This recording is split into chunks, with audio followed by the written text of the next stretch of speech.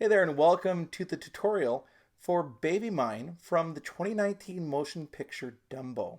If you're watching the movie, you'll see that there's a scene around a campfire where a woman is playing ukulele and singing the song Baby Mine. Before I begin the instruction on the video, I just like to talk about the ukulele that I'm using. For my GCEA songs today, I'll be using kind of a special ukulele. This is my Ohana CK70-8. It is a concert-sized ukulele with 8 strings, if you can notice that headstock. And each of those sets of strings are tuned to the same note, giving you kind of a shimmer effect when you play, even when the strings are perfectly in tune. So this would be called a taro patch ukulele, and Martin was one of the first companies to come out with a taro patch way back in the early 1900s.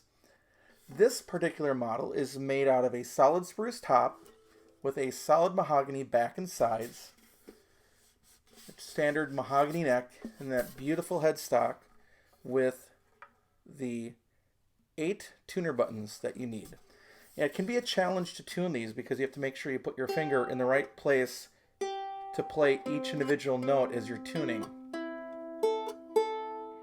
Some people wonder if it's difficult to play a taro patch ukulele, and the answer is, if you know how to play ukulele, no, it's not. The strings are put together pretty close so that when you're playing it, it just feels like a really large string versus 2 separate strings. And if your ukulele is set up right, what'll happen is the action will be just right that you don't have to press down very hard to make chords, so that even something like an F chord sounds good and isn't hard to play. So again, the Ohana CK70-8 is ukulele that I'll be using for the GCEA chords today. When I'm showing the baritone chords today, I'll be using my mainland baritone ukulele, cedar top, rosewood back and sides.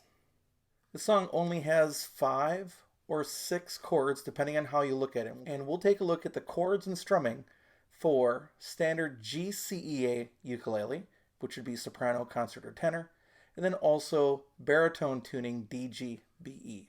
Let's take a look at the chords you're going to need for GCEA ukulele. The first chord you'll need is the C chord. The song is in the key of C, and the C chord is where we start. So you're going to take your 3rd finger, 1st string, 3rd fret.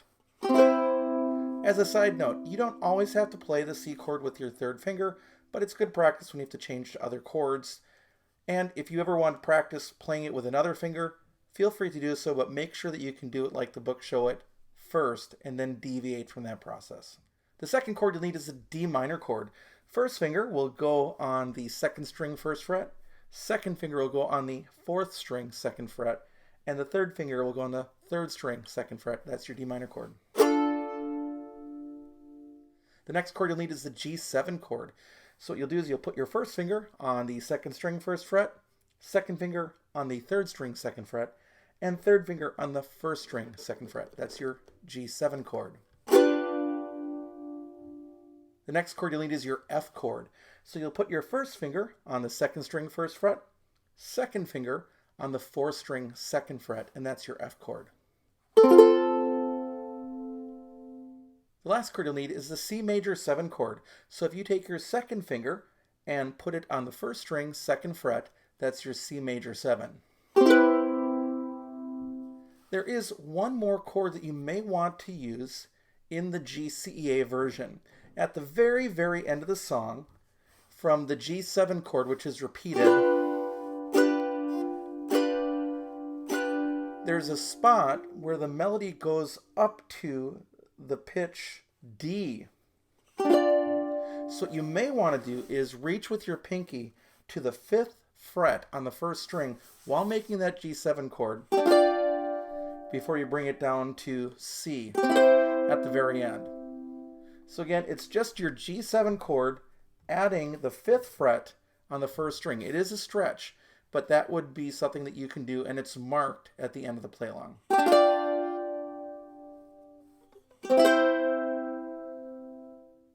On the baritone ukulele, I've changed the key to the key of D, which is just a little bit more of a friendly key on baritone ukulele. Since we're in the key of D, the first chord we'll need is the D chord. So let's play that. First finger will go on the 3rd string, 2nd fret. Second finger will go on the 1st string, 2nd fret. 3rd finger will go on the 2nd string, 3rd fret. That's your D chord. The next chord you'll need is the E minor chord. The 2nd finger will reach all the way over to the 4th string, 2nd fret. The next chord you'll need is the A7 chord.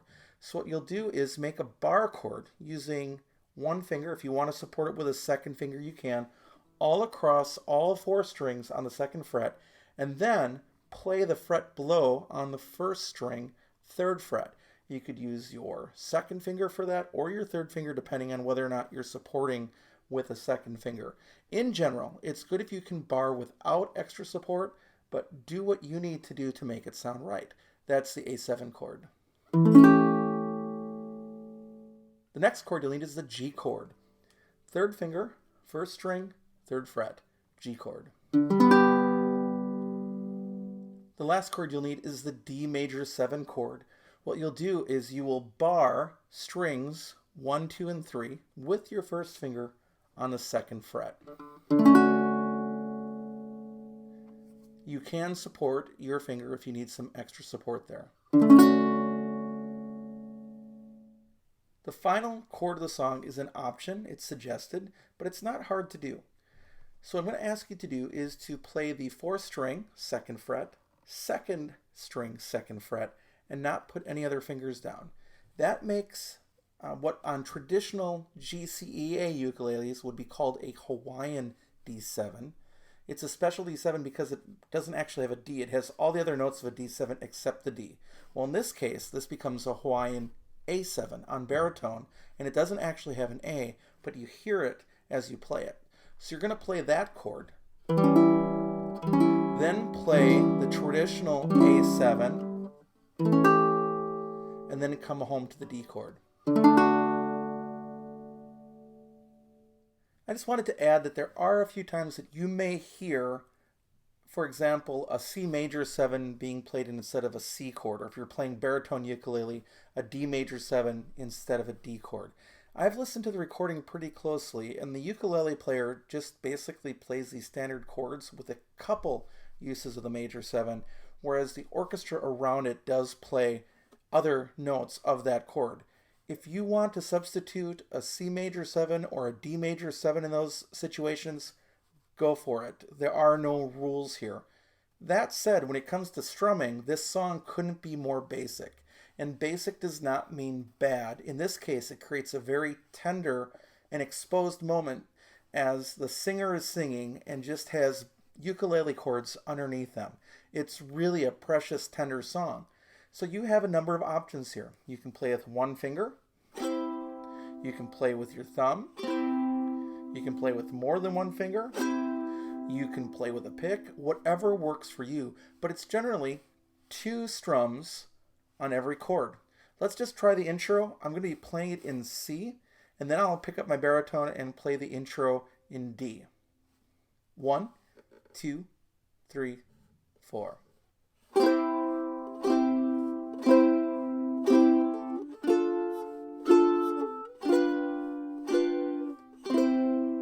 That's pretty much it. Let me get the baritone. Here it is in baritone. 1, 2, ready, go.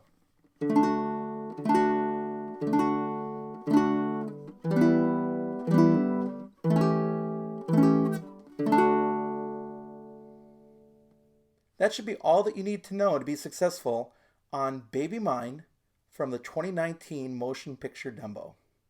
Thanks for watching the video, and we'll see you next time.